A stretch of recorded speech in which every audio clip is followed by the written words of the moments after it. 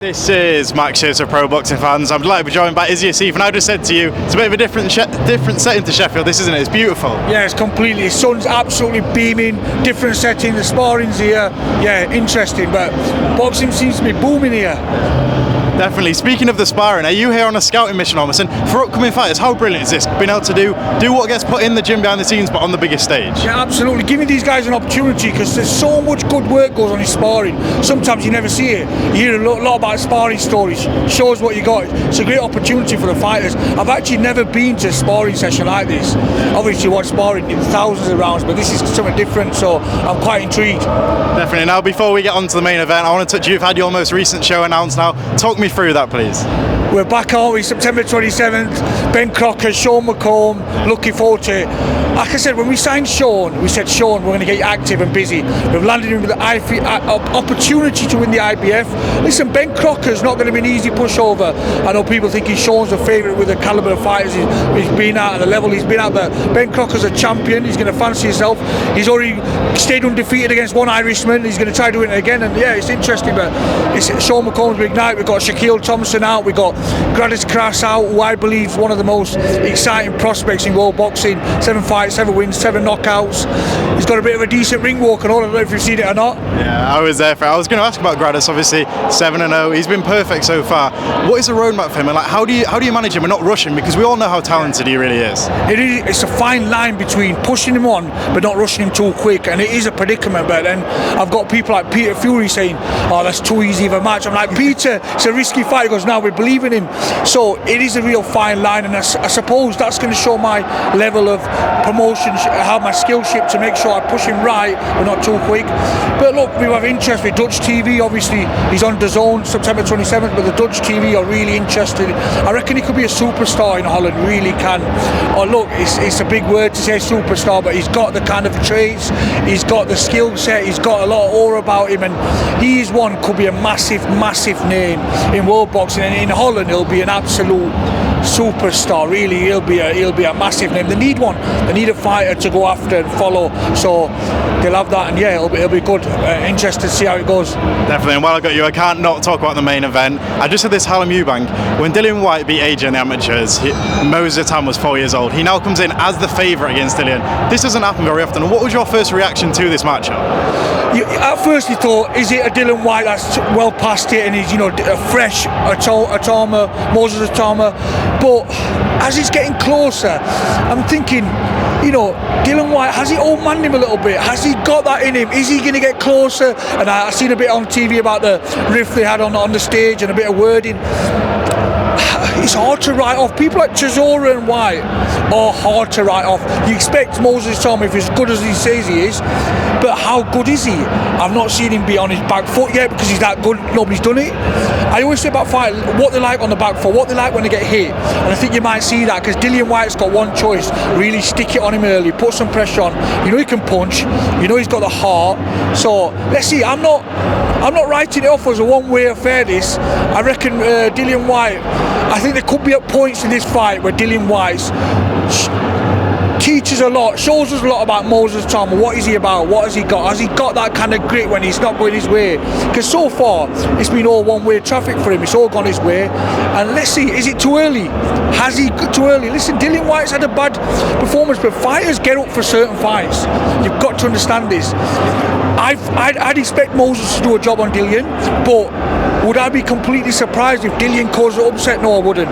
Heavyweight boxing, and Dillian's one of them kind of characters. He really can dig in and surprise a few, and I think he's heard everybody writing him off, saying he's gone, but he's an old man, he's past it.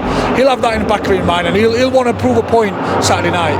Yeah, you mentioned the wording on stage. I've got the quote here. I'm not going to repeat it, but it looks like Dillian, he's maybe getting a bit more fired up the closer we get to fight night. Do you want to see Dillian back to his best, where he is almost explosive at the press conferences, and then that translates into the ring? Listen, he's just playing the game. He's an old fox.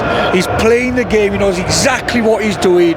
He's letting it go. He's not said much. He's kept quiet. I'm the underdog, playing that underhand. Listen, he'll be confident. He'll be fancying this. He really would. And I think he'll actually enjoy that people are writing him off and he's against it, and he's against a young, fresh champion. But Dillian Whyte and Chisora, them two, you just can't write them off. They've just got that natural raw power in them. They've got that dog in them. And when you've got that, you've always got a chance at heavyweight boxing. So you'd expect Moses to win, but listen, don't be surprised, heavyweight boxing, like we say, and yeah, it could be interesting. I'm looking forward to it.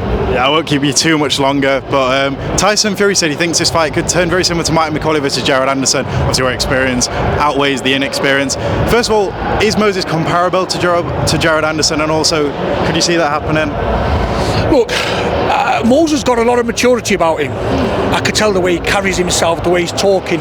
He's not going to be thinking this easy way, and with Ben Davidson in his corner, they've prepared for this properly. So I don't expect that. I don't expect that's going to be too much of a factor, but I don't know. Is it too early? Is it too early? It is interesting. It's going to, but how much does this push on Moses? You know, once he's beat Dillian Whyte, if he beats Dillian Whyte, he's going to want the big fights, the real big fights, because you can't go backwards once you beat Moses. This is why sometimes when you push fighters on as a promoter, you be careful. You don't push them too quick, too early, because then once you've got to that level and you beat them, and we're having similar problems with Gradus Crass. You know, we got talked about having, you know, Dan Aziz fight from our side. We didn't talk Dan team, but I said if he does do a number on Dan, if he did, then you can't go backwards. You know, you've got to be level. Same with Moses. If he beats Dillian Whyte, it's big nights for him. That is it. Big time boxing. Moses Itauma. You know. I'm sure you saw Eddie Hearn confirm that the AJ fight was there for Dillian.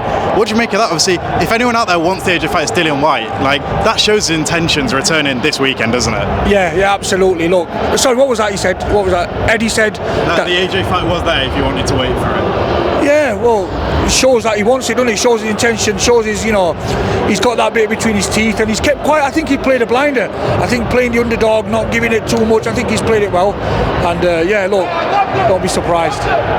Last two before I let you go, there's so much talk about Anthony Joshua's return, maybe Jake Paul. We've spoken about Jake Paul in the past. Can I get your thoughts on that matchup? I'm a boxing purist, so you know what I'm going to say. The answer is no. I don't want to see it. I don't want to see Joshua potentially ruin the legacy he's done for his sport, how well he's done. But listen, who am I to talk? Money counts, and when you're getting paid ridiculous amount of money for a fight that you know will be finished in a few rounds, it should be. Why not? Why not do it? So you've got to see both sides of the argument. The purist side says to me, what a load of bollocks, and then, yes, how you going, my man? Good to see you, alright? And my business side, my commercial side said it's a heck of a lot of money to earn. And you know, they're talking ridiculous numbers. The numbers I've heard, I don't know if it's true, but the numbers are crazy. And you've got to understand, fighting's a hard business. It's a ruthless sport. It's a sport where fighters put their life on the line, sacrifice. So you've got a chance to earn so much money and secure yourself even more, and live legacies and do other stuff. So I don't know. AJ will do what he do. I like to see him come back against the Gypsy King. I think that's the only fight AJ's got left, really, in my opinion. That's the one we want to see. The public want to see it. I think it'll happen. But look, we're in a crazy time in boxing.